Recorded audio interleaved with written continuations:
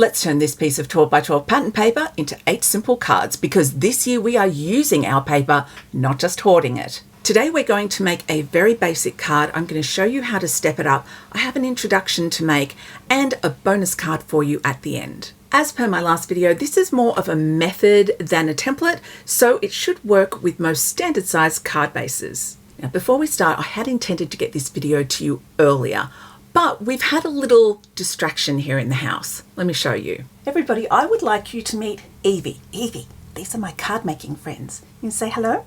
Evie is a 1-year-old grey tabby. We adopted her from a local rescue on the weekend. She is perfect and we love her. Can you say bye to everyone, Evie? Bye. Yes, Evie will be making some future guest appearances, so you can watch her grow. Right now, though, it's time for us to make 8 simple cards, so let's get started. The keen observer may have picked up that I've chosen a one-way design pattern paper, so it looks great like this, not so much like this. So I'm going to need to be smart when it comes to cutting my paper. Normally I would use the measurements on my trimmer, but in this case the correct measurement for an A6 card base lands in the hinged section. So I have a piece of cardstock taped to my trimmer for quick measuring. Alternatively, you can pop your card base onto the trimmer, line up one end on the cutting edge and tape it in place, then just slide in your patterned paper, line it up with the top edge of the card base and cut. Repeat with remaining paper, and note, I have lined up my paper sideways so that I'm cutting across the one-way design. Lastly, cut each strip into 3-inch pieces. This cutting method gives us 8 patterned paper panels as well as 1 leftover strip, which will vary depending on the height of your card bases. I'm using my ink pad swatches to choose 3 coordinating colours for sentiments and ink blending. I'm also choosing 3 complementary colours, specifically looking for something bright that will stand out against that blue-green, but that is of a similar tonal quality.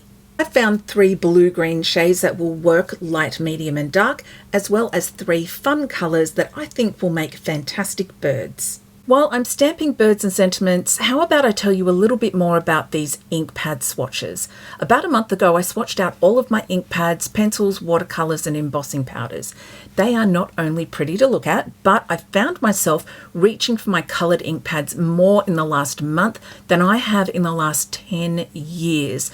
They're also a huge time saver. If you want to learn more about swatching, I have a few resources for you. Number 1, the Craft Room podcast, episode 43, is all about the benefits of swatching. Number 2, I am doing a YouTube live stream, which you can watch in a few hours. Yes, today, if you're watching this as soon as it's new. If not, you can watch the replay anytime. And number 3, I have a short course showing you how to create custom swatch cards in Photopea. There are links to all of these in the description box, and I hope that you find one or more of them useful. Meanwhile, our stamping is done, so it's time to put our card together. For perfect placement, I've found myself doing these 2 things. Number 1, I check the card base is right way up. Number 2, I'll pop that card base into the corner of my MISTI, apply adhesive to the back of the paper panel, and use those raised edges of the MISTI as a guide when putting that paper in place. Now all that's left to do is add a matted sentiment and my pretty hummingbird stamp, and this card is done. Yes, you can go ahead and make all of your cards like this, but I promise stash diving, and so stash diving you shall have. I found a set of 3 nesting cloud dies as well as a scallop border die, which go very nicely with the puffy clouds on the paper. I also found some cardstock strips that work really well with the cloud paper, a very old Swiss dot embossing folder, bird stamps and bird themed sentiments. And yes, I did consult with Evie and she does agree. Birds are perfect on this cloud paper. I'm going to use all of these to step up the basic card design. Let me show you. For this card, I added a cloud die cut and a strip of contrasting cardstock that coordinates nicely with our bird. For this card, I added another cloud die cut. I stamped some clouds with a coordinating ink. The contrast strip is holographic, and I've stamped the sentiment directly onto the card base. For this card, I've added 2 cloud die cuts that have been run through a Swiss dot embossing folder. The contrast strip has been die cut with a scallop border die, and I've used a sentiment printed from my computer. For this card, I've moved the pattern paper to the right instead of the left and filled the white space with scraps of cardstock. I've added a cloud die and stamped the sentiment directly on it and inked softly around the edge. For this card, I've torn the pattern paper down the middle and pressed it up against each edge of the card, leaving a gap.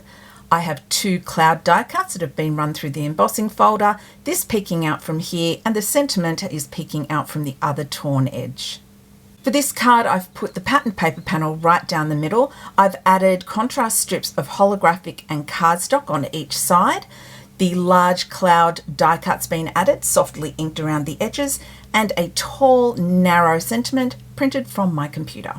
For this card, I took the patterned paper panel and cut 2 pieces off it, same for the contrasting cardstock. I've then spliced them together for an interesting look. I've used 3 cloud die cuts inked more heavily at the bottom, and the overhang of this one has been added to this section of the card. I also used an extra bird.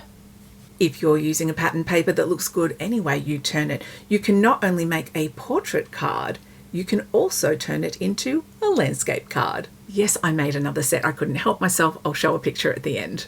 Consider also that if you were using a double-sided pattern paper, you could switch it up further and get even more variety from this very simple design. Earlier I mentioned a bonus card. It is going to utilize this little strip of leftover pattern paper as well as some of these, which you might recognize from my last video. This type of card is simple to make and looks equally as good in portrait or landscape orientation. And there are a few tricks I'm going to share with you to get the illusion of fullness in your fringe. Number 1, do a rough layout of where you want your strips to be before you stick anything down. Number 2, vary the length and width of those paper strips. Number 3, vary the ends of the strips. For example, cutting a slanted end or trim a triangle out of the center to create a pennant, or just tear it. Number 4, overlap the paper strips. And number 5, don't stick every paper strip down straight. Angle them ever so slightly and be random about it. My preferred method is to use double-sided tape and not to press everything down too hard until I'm really happy with placement.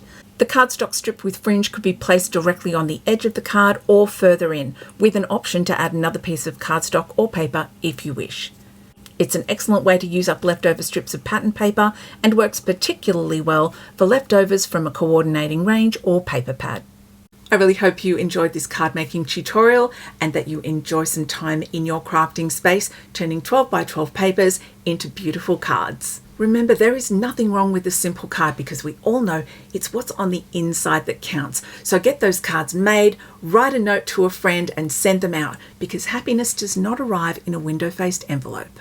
Now, I would love to see the cards that you're making, so you could definitely pop in and join the Craft with Dawn Lewis Facebook group and show them off there.